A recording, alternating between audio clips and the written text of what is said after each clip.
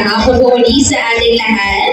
Once again, good afternoon everyone! Hi and hello to all of our guests. Welcome po. Most especially sa ating mga sponsors, sa ating mga kapamilya over here, relatives, and to all our guests na nandito po for our special event. And by the way, bago natin umpisahan ang ating napaka-espesyal at bonggang programa po natin ngayong hapon, ay nais ko lang sana makamusta ang lagay ng ating mga bisita right now. And I also want to check your vibe and your energy. So with that being said, ladies and gentlemen, maaari po ba makarinig po muna hula po sa inyong lahat ng isang palakas ko na palakpakan may kasamang si Kapag O diba?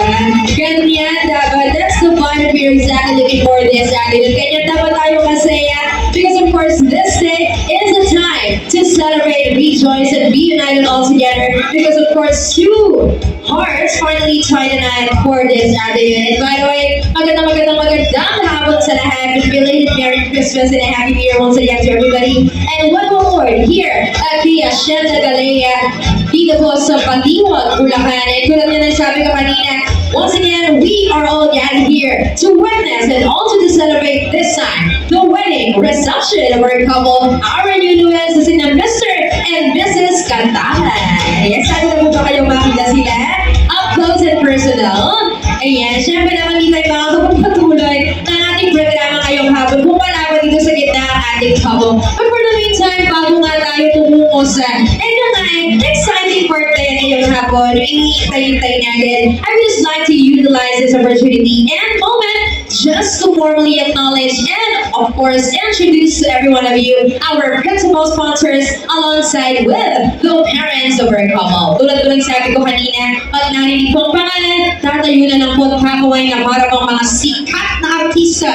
Yes, para po mapalakpakan at ma-honor tayo ng ating mga guests. Okay? First up, of course, ipapakilala ko lang sa inyo and I'll be acknowledging your principal sponsors first. Okay? So, isang ninang na lang po, isang pares. Pag narinig, tayo na lang po and wave your hand to the audience para mapalakpakan po tayo. And to officially introduce and acknowledge our principal sponsors, let's start off with our first pair na sila, Nino Narciso Maliani Jr. and Nina Maria Cristina Cruz. Yes. Magandang hapon po. And for our second pair, we got here Nino Manuel Santos Jr. and Tina Mrs. Libranji Shualea. Lakpakan na natin yung Ninong. Good afternoon po. And of course, for our next pair, let's give it up to Nino and J.R. Cruz and Tina Vilma Gura. Magandang araw po sa ating kagalang-galang na Ninong-Nina over here.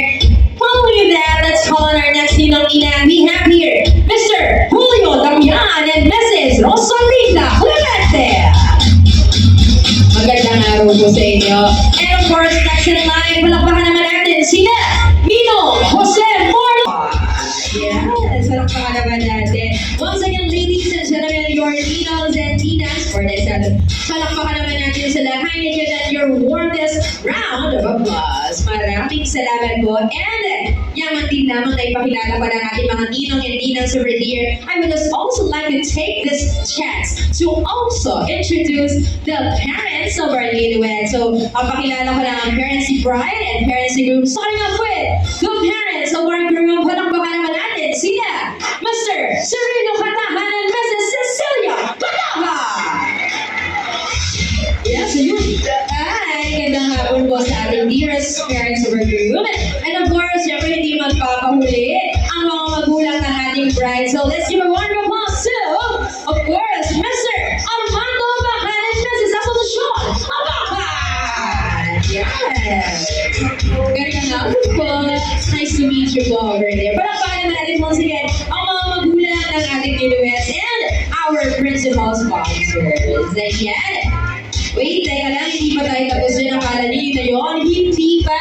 Dahil kung may pakilala ko na ang ating mga Ninong at Nina with the parents of our couple, it's about about time to formally introduce to every one of you ang isa pa sa bahagi ng ating entourage, and that is going to be our secondary sponsors. They're over there. So instead of calling them by pair or by partner, we just decided to form it as a group para mas ganahan sila mag-perform. And speaking of perform, may surprise sila sa inyo maya-maya lamang. So don't you dare miss it. And kahit naniniwala nga po tayo lagi, which is lagi dapat tayo maniniwala sa kasabihan, ladies first. By the way, we are just going to call them basically as our team bride and team groom. So tulad na sabi ko kanina, as I always say, ladies first, ating salubungin. Palakpakan din natin sila pag tinawag ko, by the way. Okay? Para mas ganahan sila. Ano, umambay ito perform. And without any further ado, let's give it up first up